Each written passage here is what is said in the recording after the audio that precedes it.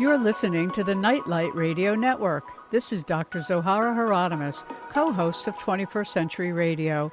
We are happy to present this rebroadcast of our show on Nightlight. Enjoy. Our guest this hour is Dr. Sue Savage-Rumbaugh. She joins others we've interviewed in a continuing series on 21st Century Radio's commitment to trans-species welfare as part of human destiny, the compassion and regard for other species and their autonomy and rights. Dr. Rumbaugh is the senior scientist at the Great Ape Trust and is president of Bonobo Hope. She is a world-renowned scientist committed to the conservation, protection, welfare, and our trans-species understanding between humans and bonobos and other primates. Her lifelong commitment to living with, protecting, and publishing distinguished findings about the bonobos' culture, language, and habitat needs, among other things, has become a model for other sanctuary leaders and collaborative scientists worldwide interacting with other animal and primate species. Her organization, Bonobo Hope, does not compromise the psychological, social, ethical, or physical well-being of either the bonobos themselves or the humans who work and interact with them, far different from many environments in which primates find themselves. Bonobos, as Dr. Rumbaugh will share with us, are primate species, of which there are about 350 kinds, that, like humans, are capable of sentient self-reflection and self-determination, thereby able to fully evaluate their world and their relationships to it. Here to share her remarkable lifelong commitment to animal rights, our understanding of primate culture, and in particular methods of communication with the bonobos, is a woman Time magazine has referred to as one of the 100 most influential people in the world in 2011. Dr. Rumbaugh, thank you so much for joining us. Oh, it's wonderful to be here. Thank you for having me. Well, I want to thank Gabe Bradshaw of Carullo's Foundation in Oregon for making the introduction and sharing with me your remarkable work. So if you don't mind, I'd like to go back a few years in your life. How did you get interested in the field in general? Well, we have to go back to about 1972, quite a long time. I was the oldest of 7 children, and my father was always puzzling about why each child was a little bit different than the other. So I grew up with this question of how we become the way we are. And I went into psychology and was on my way to Harvard to study with B.F. Skinner. And I happened to stop off at the University of Oklahoma and visit a class that was being taught by Roger Faust. And he brought a chimpanzee up on the stage in this Psych 1 class and began to hold up a pair of keys and a book and glasses, and the chimpanzee made the signs for those things. And he said, come on out to the chimp farm and you'll learn more about what we do. And I was just astonished. I couldn't believe there was a place like a chimp farm, and I couldn't believe there was a species that was acquiring language other than humans. And from my preparation to go work with B.F. Skinner and my study of his book, Verbal Behavior, I knew that language was the dividing line between humans and all other beings. It changed our consciousness. It changed us. It was responsible for our moral systems. It was responsible for our ability to construct societies. So I made my way to the chimp farm and never left. And it's, for those of us that love animals as being equal and not different from but various, it's always a relief for me to meet people like you, to know that there are human beings who really value sentient life with respect, regard, and advancement. So thank you for the work you and others you've worked with have done. Well, why don't we set up for our audience, because there's a difference between two things that have joined, two organizations. You're the senior scientist at Great Ape Trust, and you're the new president of Bonobo Hope. So tell us about the Great Ape Trust and what you all do there. Well, the Great Ape Trust was formed by Ted Townsend in 2004 to be an organization that had all 4 great ape species and illustrated the cognitive, cultural abilities. However, he has decided to pull out his funding very recently, And that organization turned to Bonobo Hope, a new one which I had formed, and is asking us to help try to fund to be able to keep the bonobos here.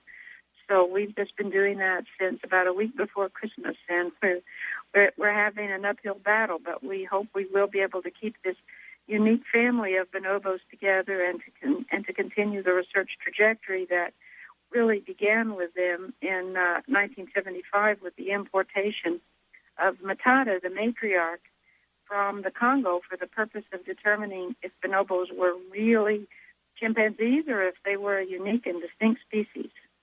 Now, when you say that there's a need to raise funds for the bonobos that are part of your community, share with our audience your own involvement with this. Is it a group of 7? Yes. 7 bonobos. How long you have lived among and worked with them, and what is so unique about these 7 individual primate beings? Well, in 1975, Matata was imported by the National Academy of Sciences, along with 2 other bonobos that have now died, Sanjo and Lokalima. And at that time, scientists were still debating whether or not bonobos were different from chimpanzees or whether they were pygmy chimpanzees. And Carl Gerasi, who invented the birth control pill, sponsored an opportunity to bring these bonobos to the United States. His interest was in the fact that bonobos are sexually receptive throughout their cycle, as are human beings. We are the only 2 ape species that share that particular trait.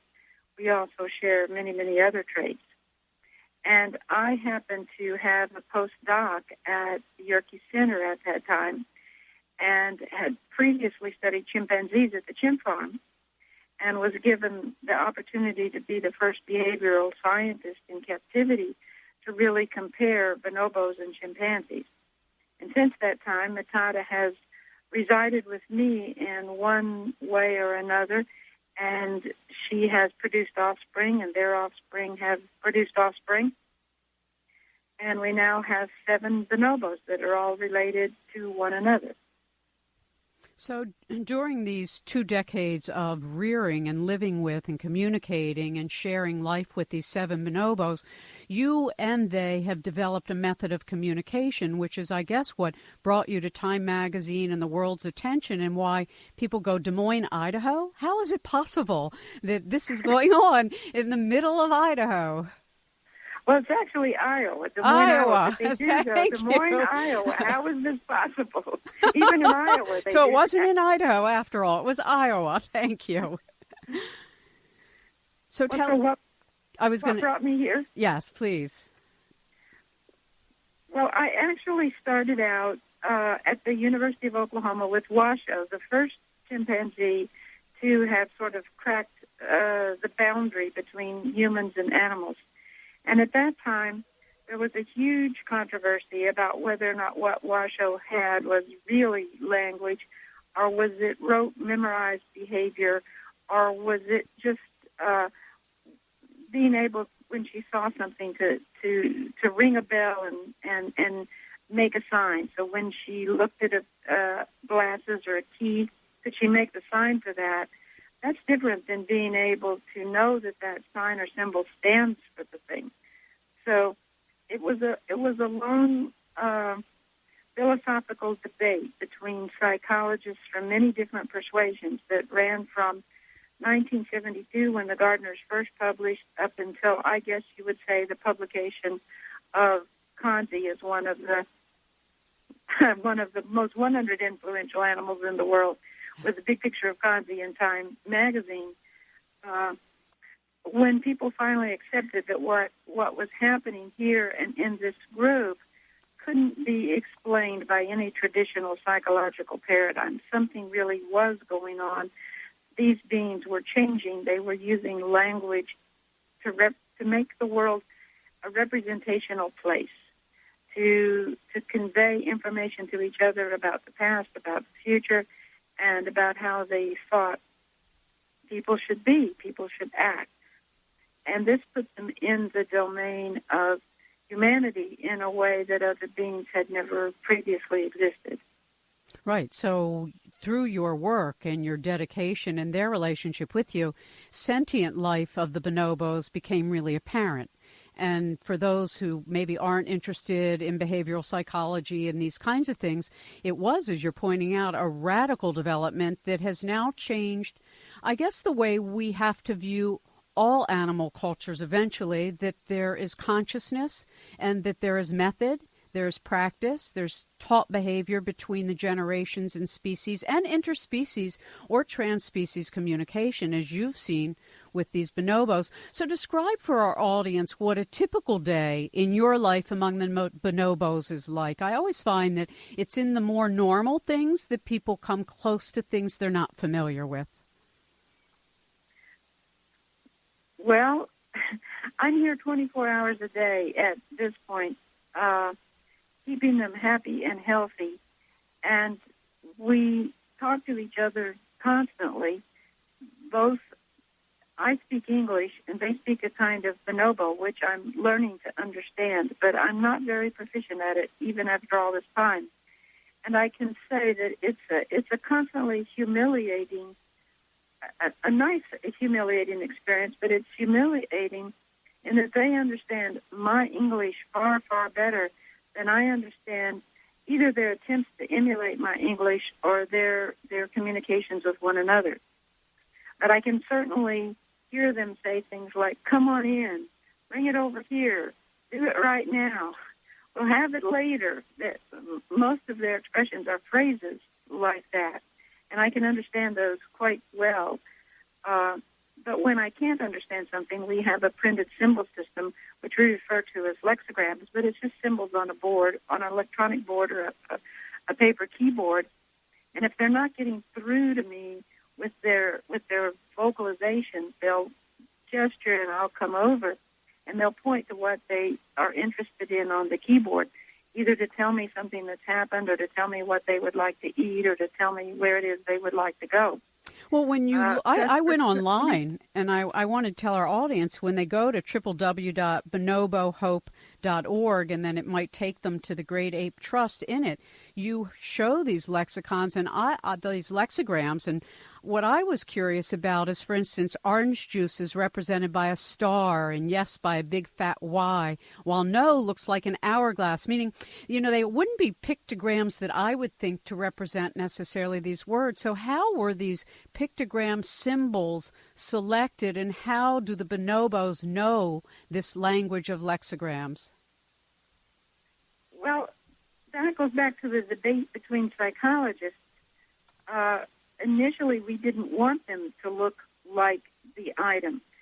If, for example, the lexigram for snake looked like snake, they might just be pointing to something that was iconic, like a picture of a snake when I showed them a snake, and they might not understand that it had a representational function.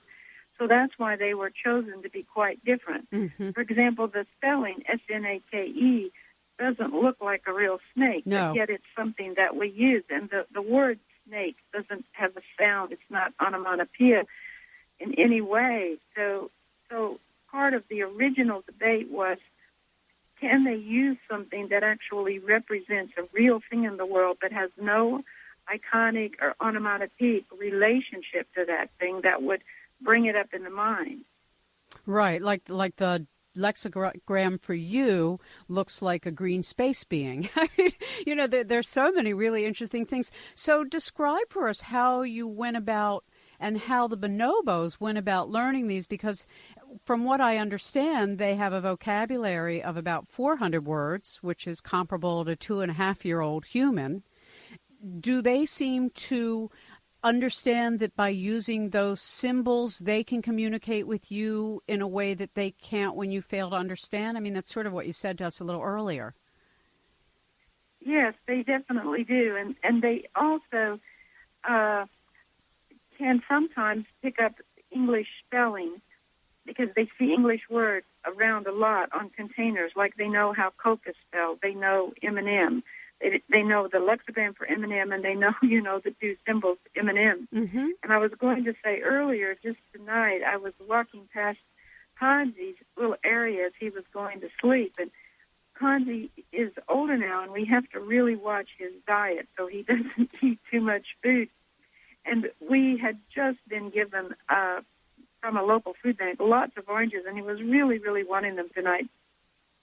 And I walked past his area, and he was gesturing, and he used the keyboard to say he wanted some oranges, and he pointed to the cooler that had oranges in them. And I said, Kanzi, you can't have any oranges. You're on a diet. And he picked up this bottle that was in his cage. It was a bottle of diet cranberry juice that was empty. And he looked at it very carefully, and he pointed to the word diet on the bottle and then gestured to the cooler. So to tell me that if he couldn't have an orange, he could have this juice because it was diet. Mm-hmm. Now, I didn't even know that was a word that he used, and I haven't taught him that word, but he has picked it up. And it's that kind of thing that happens all of the time. If we had taught them in a kind of match the sample way, or you have to say this word in order to make such and such happen, it wouldn't be real language. It's real language because it's acquired in the same way that a human child acquires language. There's a great deal of listening to others, computation of what others are saying, figuring out how what they're saying is relevant to what's going on at the time. There's a huge computational process that's going on. Why is that going on? Because they love us, they like being with us, they're interested in what we're doing, they want to have that skill. They want to be a part of our social group, and so they listen in, they overhear, they look. In fact, you can't prevent them from learning. It's really fascinating. And it's so hidden. I mean, maybe in the scientific community this is well known, and maybe because of Time magazine's coverage, some people became more aware of it. But it seems to me that it's sort of one of those quiet little secrets that, oh my Lord, we're not alone. Well, you're absolutely right about that. It is understood and known in the scientific community. There's still debate about it, in part because it hasn't been fully replicated. It's difficult to fully replicate it for a number of reasons. One, I have had access to a very, very, very unusual species, Panpaniscus or Bonobo. Many people would argue it should be Homo paniscus, not Panpaniscus. And secondly, I'm not a scientist in a white coat. I don't assume that the world is out there and you go find out about it. I assume that I can be a part of the creation of that world. And these bonobos are not like other bonobos. They have lived in a very, very different world. And no other ape language scientist has taken that approach. It is the case.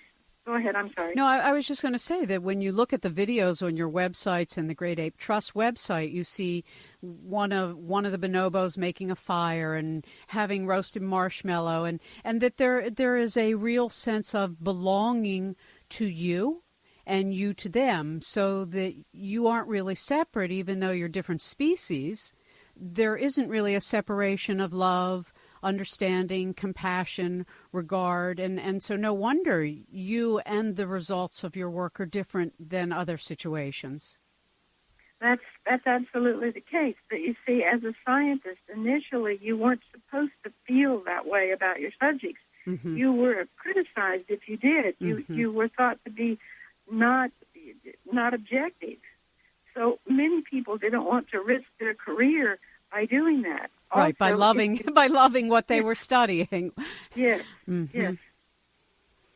It's remarkable work. Bonobos are a bit different than other apes. I have worked with all of the apes, not extensively with gorillas, only a little bit, but I certainly have worked extensively with chimpanzees and quite a lot with orangutans. Well, look, we're going to take a little break, and maybe when we come back, we can talk about some of those differences, because therein lies some of the really the beauty of what you've brought out to the world and what you've brought with the bonobos to, I think, the entire world, to the whole trans-species understanding. And I remember when I first talked to Gay Bradshaw and came across that term, I just felt that she had encapsulated in one word, trans-species, in trans-species psychology explicitly, really what those of us of love and heart for the whole planet have been trying to say. And so I've actually begun to use that term in my own work as an animal communicator, and I now say I'm a trans-species telepath. And so it's really a gift that you and people like Gay are bringing to the entire planet, and I thank you, really, from the bottom of my heart. We're going to be right back on 21st Century Radio. Our guest is Dr. Sue Savage-Rumbaugh. Sue is the Senior Scientist at Great Ape Trust and President of Bonobo Hope. Bonobo Hope was created to further the work initiated by the Great Ape Trust, a scientific research facility in Des Moines, Iowa, that has been dedicated to exploring the origins and future of culture, language, tools, and intelligence. And if you're just joining us, she's been telling us about her lifelong work with the bonobo species. So among these 7 bonobo, you said before the break, Sue, that there's a difference, and you've had an opportunity to work with other primates. You've worked with orangutans and chimpanzees and others. You say they share some things in common, but they also differ from each other. In what ways, and in what significant ways? Well, I think a lot of people are probably aware of the research that shows that apes can recognize themselves in a mirror. Right. They know that they exist here and that they exist in that reflection, and they can stick out their tongue or wave their hand and realize they're causing that visceral effect. It's been very difficult to demonstrate a similar behavior in other species, although some people claim to have done it in crows and some people now in elephants. But apes are really unique in that you don't have to do much to have that behavior occur, and they will do things like put on hats or put on lipstick and go to see how they look. So they have a concept that they look a way that they can't feel themselves, that somebody else can see. And this is something that you gain as a human being. By the time you're 2 or 3, you begin to think about how other people see you. So all apes have that concept. It's part of their communication. It's part of their life. And as one gets to know other apes and communicate with them, that whole aspect of I versus you, I, me, what do you think, what do I think, becomes central to the dynamic that you're able to have. It's a very human kind of experience. But bonobos are different in that one of the reasons that people haven't had the kind of relationship that you see me have with bonobos is because apes are very big. They're very strong. They have very big teeth. People have always said, well, when they get big, they're just going to attack you. There's, many people are very concerned about this woman that had her face bitten off by a chimpanzee. And there's the feeling that humans are predictable, humans are understandable, human behavior for the most part can be explained or at least psychoanalytically evaluated. But apes can't. They're unpredictable. Well, as I began this work, I thought if they really have language, why would they be more unpredictable than human beings? And why would they grow up to just suddenly become beasts and become aggressive? That was one of the preoccupations with the work from the time I started. I can say that in working with any species other than bonobos, there is a great deal of aggression that one has to learn how to negotiate, and one has to be careful. One has to renegotiate your relationship, your you and me, and what I'm going to do and what you're going to do and what kind of friends we are. One has to constantly renegotiate that. With bonobos, that's not true. As soon as you've negotiated your relationship with them, it's just like you've done it with a human being, and it lasts for the lifetime. It is as though there's something going on between humans and bonobos that doesn't go on emotionally between humans and the other great apes. And this is always something I haven't been able to understand. I've known it, but I haven't been able to understand it until the last year when scientific research demonstrated that bonobos have a gene for domestication. No other ape has a gene for domestication. Human beings don't have a gene for domestication. The only organisms that have a gene for domestication are organisms that humans have domesticated in the past. And so I read this finding go ahead. I was just going confirmed my behavioral view of a lifetime that there's something very, very different and unique about the relationship that can exist between humans and bonobos.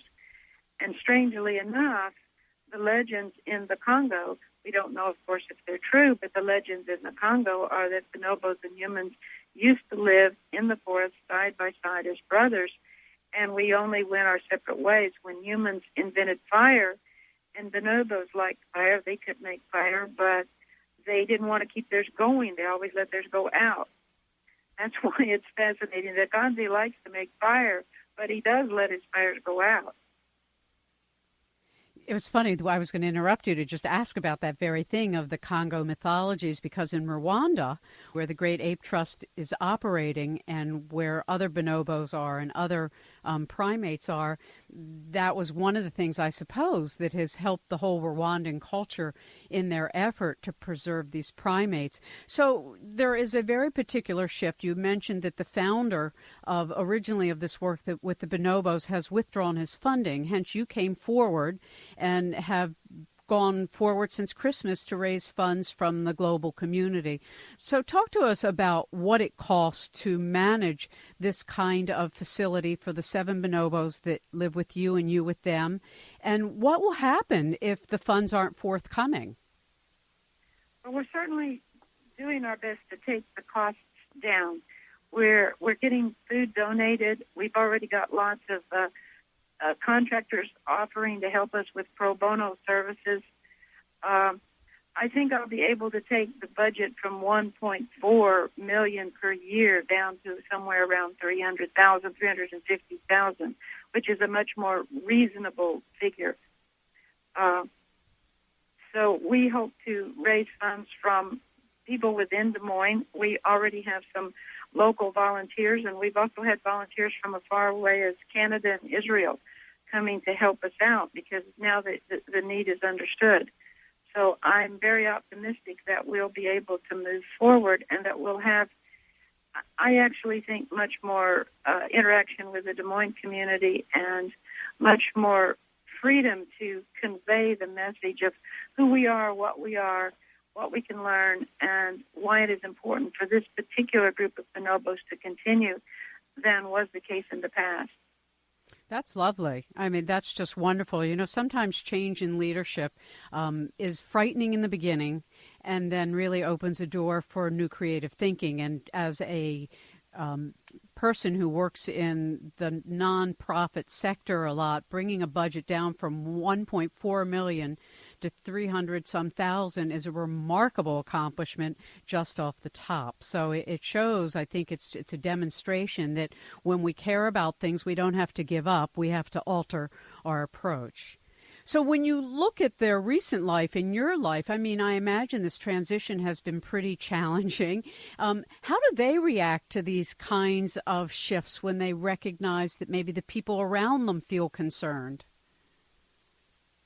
Well, they do seem to understand what I feel concerned about. There's no doubt about that. And they understand conversations in part, such as this one, and they listen in.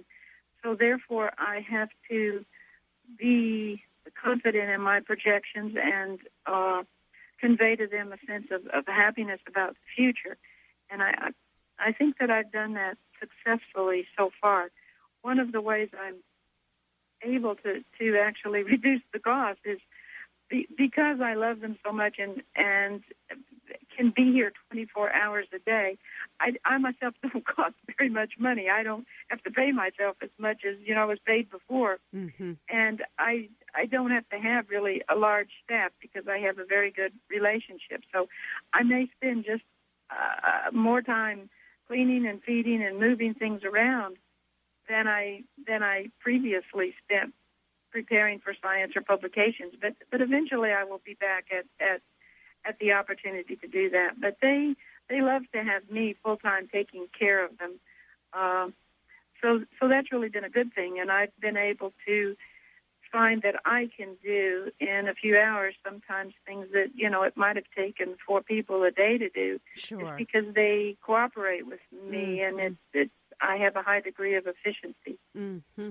Well, one of the things you mentioned earlier in our discussion was the fact that the bonobos have language. And you also mentioned that language is what we say contributes to moral behavior and ethical understanding. So the bonobos, do you recognize that they have a morality that is evidenced differently than perhaps the other primates? Well, that is probably the most important question that you could ask, and it's the most important question I hope to be able to address scientifically in the future. When I began this work, I had no idea that they could learn a language. My supposition would have probably been, if they can, it won't go much beyond a 2 or 3 year old. I was wrong. But as I began the work, I also wanted them to always, quote, be bonobos. I didn't want to turn them into odd little human beings that would not have a society of their own. And because I was fortunate enough to have a bonobo matata that was raised in the Congo and understood the ways of the wild, and was very happy to teach them about bonobo morality, bonobo sexuality, bonobo aggression, I left most of their moral instruction about being a bonobo up to her. Since that time, I have decided that perhaps that was a bit hasty on my part. It's almost as though I were to raise a child and give that child language, but no human morality. And if I did that to a group of children, I would have something like Lord of the Flies. Mm-hmm. Now that I understand the full intellectual capability of these beings, I'm not really sure that the best thing for them is to understand the law of the jungle unless they're going to live in the jungle. I can say that Matata is a wonderful, complex being. She has a kind of morality, but it's not a human-like morality. If anything, I would say it's one for all and all for one, and it would certainly handle an attack by a leopard.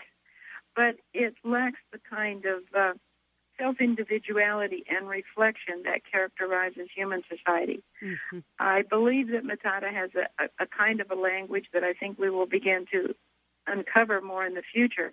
But I believe that her language is if I could translate it, it would be something like, we think this, we feel that, we want this, we are going here, we are going there, we like you, we don't like you.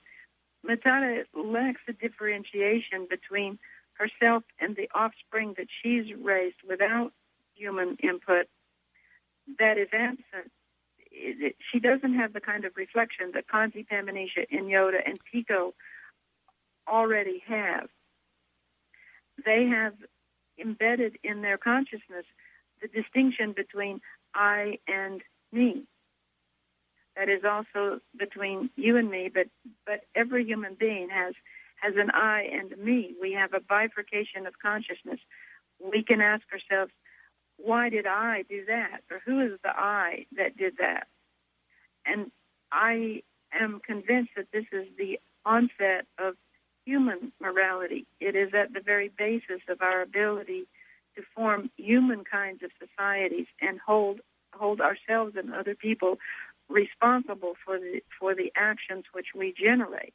That's so interesting. So Matata, who is the mother, was brought from the jungle, is in this collective non-differentiation, non-individuation, that it's like a group soul, which is often the way animals are described by the mystery traditions as a group soul, and they don't see things in this sense of separate duality. There's no me and you, it's us, which is really fascinating given that then the younger ones that have been born from her, and I watched one of your videos of Kanzi playing and teaching Tico, the baby, that there's obvious that there's a culture, that there's learning patterns, that the adult offers guidance. It's just fascinating. Yes, and so what you're seeing in a bonobo form is really a reflection through a mirror of human thought, human culture, human language. Kanzi's mind is actually shaped, formed, and molded by the language of humanity. It's also shaped, formed, and molded by the language of Matata.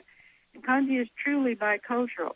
When he's with Matata and Aliki and Maisha, her offspring, that don't have human language, he moves differently. His facial expressions are different. It's just like someone who maybe was raised in Japan and America. Right. They have different ways of being that extend beyond language. Kanzi has those two bifurcations of his consciousness.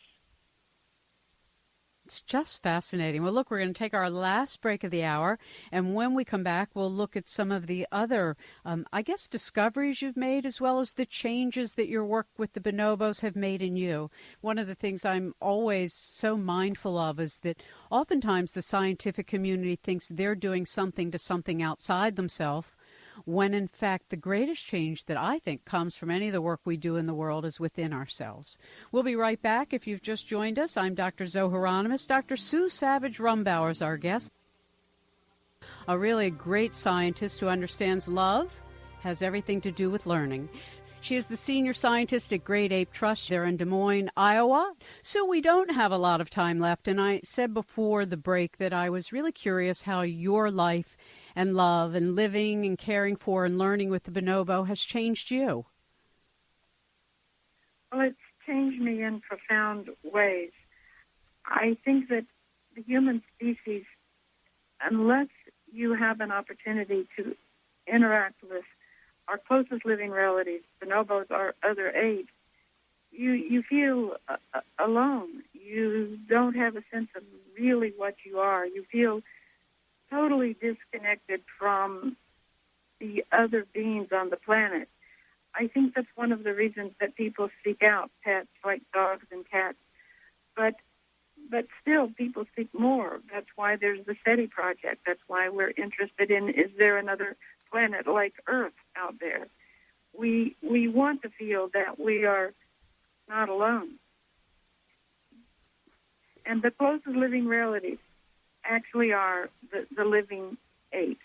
And among those, the very closest are the bonobos. So I have had a unique opportunity of anyone living on the planet. I can live with our closest living relatives. I can talk to them every single day. I can understand myself as a human being from a slightly different, it's like looking in a behavioral mirror. And, I think every great religion says what we give out, we get back. But when you think about that and you're very nice to a person, that person isn't always very nice back sometimes. And you really have difficulty as a human being always giving out that which you would hope to get back. As we do unto others, they do unto us. It doesn't always quite seem that way. But I can say that with bonobos, it's a very, very fast behavioral mirror. And if you can be clean and pure and emotionally open constantly without carrying around the kind of deceit and face or mask that one needs to wear to be an effective human, if you can drop all of that and just let yourself be yourself, it doesn't really matter whether you're happy or mad. What really matters is that you are you, open, honest, pure, and clean all the time. Then you can walk among bonobos, and what you give out comes immediately back to you. And that's what's changed me. It's changed me deeply, fundamentally, so that I have been able to throw off that mask of deceit that you need to wear to be effective in human society. I've been able to throw it off without necessarily going through, I guess, what one would call the kind of religious rigor that it often takes to do that. I've been able to do that by the good fortune of living with bonobos. When you say that they have the potential for tool-making, music, and art, it arrived in my thought and heart, do they seem to meditate? I mean, are there times in their life where they seem to be reflecting in the way we might reflect on things of the world? They like sunsets. They like to watch the birds fly. They like to watch insects sometimes. There are examples not only from here but from zoos around the world of bonobos catching birds and helping them out of the enclosure. So I don't think those kinds of things would happen unless they were reflecting on life. Mm-hmm. And in terms of their ability to perceive art and music and to actually create, how does it differ from perhaps the way we might do those things? Well, I have a hypothesis, and that is that the creative part of man is his higher self. It's his consciousness being in contact with the creative force of the universe. And that as bonobos are exposed not only to language, but to human morality and human consciousness and the idea that there is non-physical causality in the universe, that creative consciousness can flow through bonobos just as it can flow through human beings. We're all packages of consciousness, and we're all constantly sharing that consciousness. And to the extent that we are aware of that and we open ourselves to the flow of the higher consciousness, I believe that that's when creativity flourishes. And I think the bonobos have that potential if I open them to that kind of thinking and that kind of morality, which, as I said, I didn't do that while I was raising them. What I did do was try to understand if they had mythology in a sense. What if you had the idea that a gorilla could appear in the forest, or a bunny or a pinky could be a mythological character in their world? And I found out that not only did they have the ability to think of the world in a mythological way, they preferred to think of the world in a mythological way. And they could even invent mythological stories. They could invent characters and ask that those characters go and do something to other bonobos or other people in their world. So they have a great capacity for imagination. And that is the basis of art and music. It's the capacity for imagination. We haven't yet gotten fully there, but I think we will in the future. If you go to Peter Gabriel's website, you'll see Panbanisha and Kanzi co-creating, co-composing with Peter Gabriel when he came to visit, which shows they have an untapped capacity in that regard. Well, what you describe when I sit and listen to you, if I didn't know you were talking about the bonobos with the prejudice that perhaps a human might have towards a primate consciousness, is you're describing a culture of archetypes, that they're still closer to the archetypal consciousness that humans have disembodied from their own life.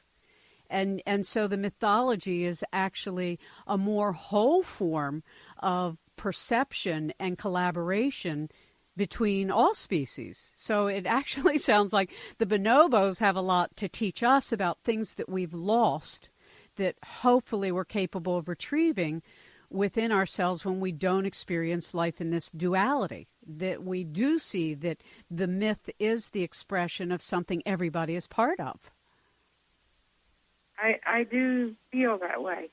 I also feel that when, let's say the legends of Wamba are true and that humans and brothers used to live together in the forest and we went our separate ways, that at that point in time, we had something that they left behind, and they had something that we left behind. Mm-hmm. And we're each a kind of a half. And as we come together and really begin to understand each other, humanity becomes a kind of a whole. They're a long-lost brothers. You have done a beautiful job with your life. You know, it's not like I can sit and say that to people as though I'm judging it. It's an appreciation and a respect and a gladness. And thank you so much, Sue, for your loving work with the Bonobos. 21st Century Radio is produced by Hieronimus and Company. Our executive producer and research assistant is Laura Kortner, and I'm Dr. Zohara Hieronimus. And remember, we do need more love in the world.